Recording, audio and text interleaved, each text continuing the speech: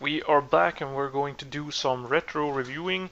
We are going to actually look at a game, and this one is a little bit special because we're going to look at the game Castlevania and the whole series. I'm going to play a lot of Castlevania from now on, and it's going to be a long-running series, just the same as I guess Final Fantasy IX was.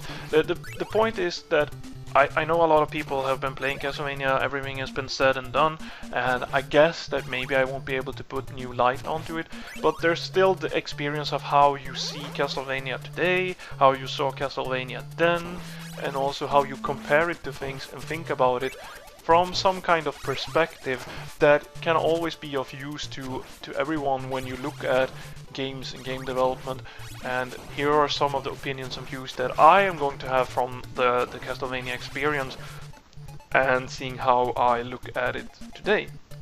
So Castlevania was made in 1986, and I guess that the whole inspiration from taking like these horror themes, making a great cool action game, and just taking a little bit of a more mature and entertaining concept to a basic action platformer was what drove a lot of people into liking Castlevania for what it is.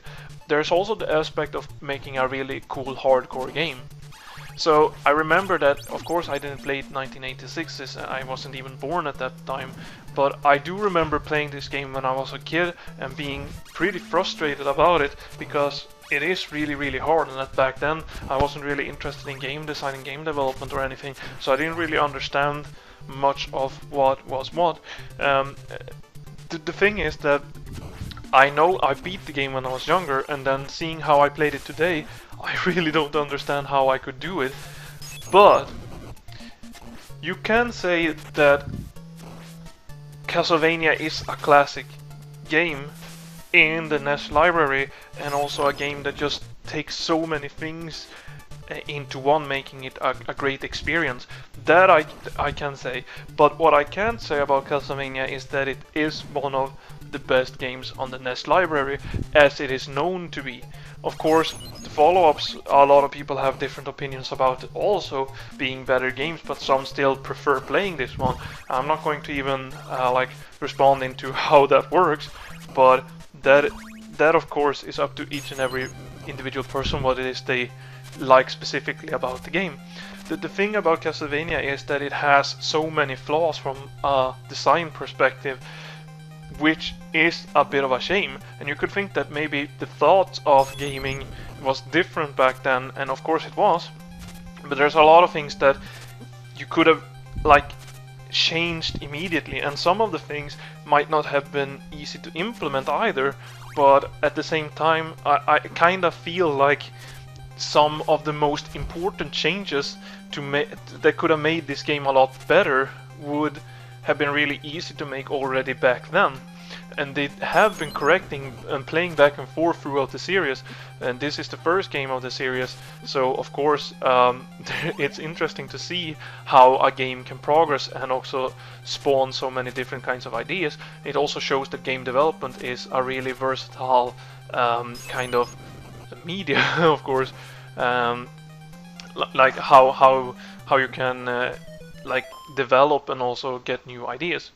So what Castlevania does is it really brings you a challenge that feels unfair at most times. Now I'm speaking about challenges as fair and unfair, and what I mean is that there's no problem in having a hard game, having a couple of tools, and then giving you a lot of situations that just feels like they're challenging. But when you're really feeling that what you're doing in the game is right, and you still get a lot of punishment from it, or you have to do it in a certain specific kind of way always, because that is how the game was designed, it actually doesn't feel that interesting. A lot of these situations come up in the first Castlevania game with enemies that are placed in specific ways, or rules that change in the game. And I think I talked about this a lot when I did my Gianna Sisters review. I didn't explain it into depth what I meant, but if you look at a spike in Gianna Sister, a spike can have a different hitbox at a different place, and it can have an actual different outcome in that situation. And I mean that could be okay if it's close to what you would expect from a logical standpoint when you're playing the game. But the biggest problem comes when you can't see that connection, and when you yourself can't really, you can't control the game because you need to make a mistake before you can even realize how that works. And sometimes you actually have to make the same mistakes a couple of times before you realize what the actual rule or what it is you're supposed to do. And in a type of game which is based upon having a good tempo, bringing you action, as both Gianna Sisters and then Castlevania does, this doesn't really benefit the game in any kind of way, and it's just a big flaw. Game testing usually spot these kind of things, and of course there will always be situations that you can't address, but the point is they come up a lot more in a lot of games, especially Castlevania. There's also some really weird things, like you don't know about your progress in the game since the stages don't have a logical structure. You also have the life bar, but most of the time I feel like the life bar is pretty unnecessary because you take usually so many hit points in damage from the kinds of units that you face, and they progress throughout the game, but I don't really see the logical structure. There are parts of the game that are completely randomly placed in that is so hard because of how the trap is laid out in front of you, or the damage amount that you get from something, and then later on it becomes a lot easier. So here we have two issues at the same time.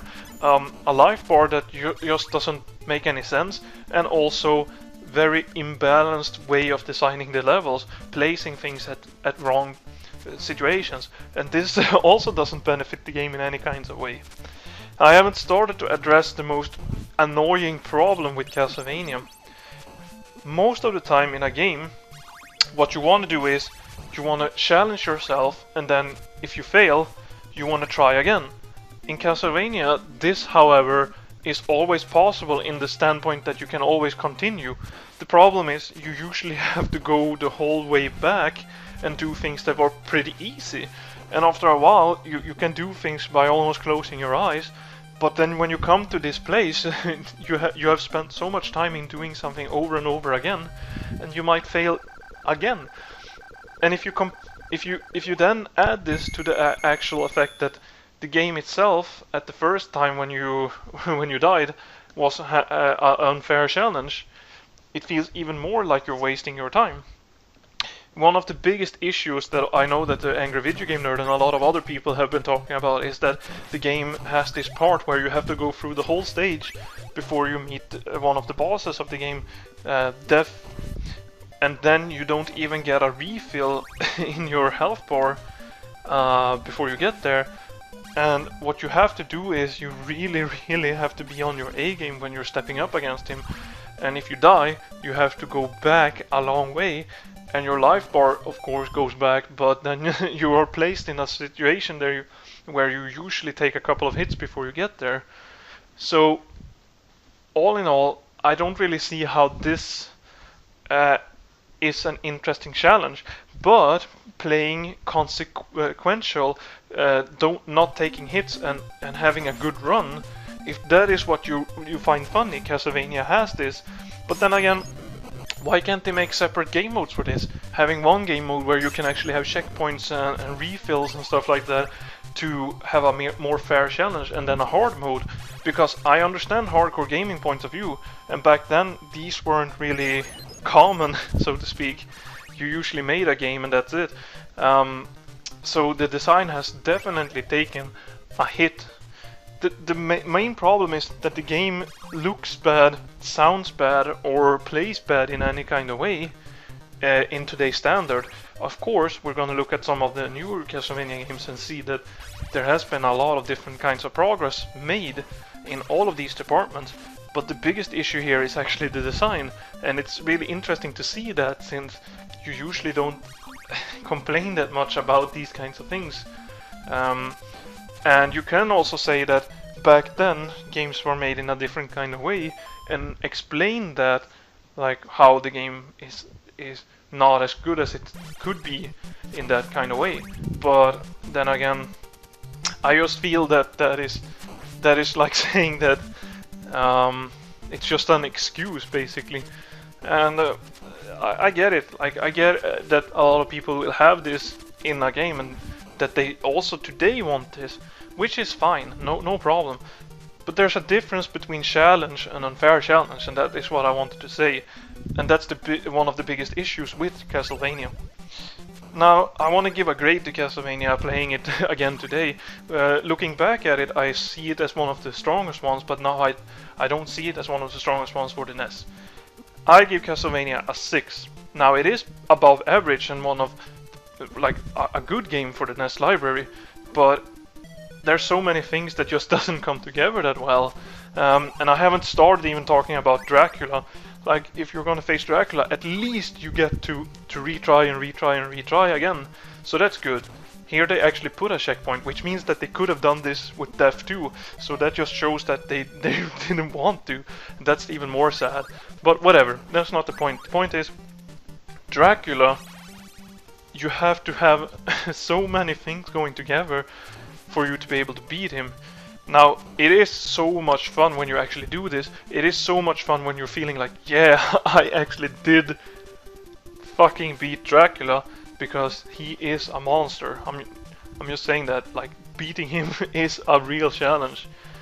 So, all in all, I must say that Castlevania is a good game, but it's not one of the greats. You can look at it as a classic because it inspires you for a lot of things. It is playable still today, and I can still recommend people to look it up as a historic point of view, but we're gonna look at some much improved Castlevania games in the upcoming parts.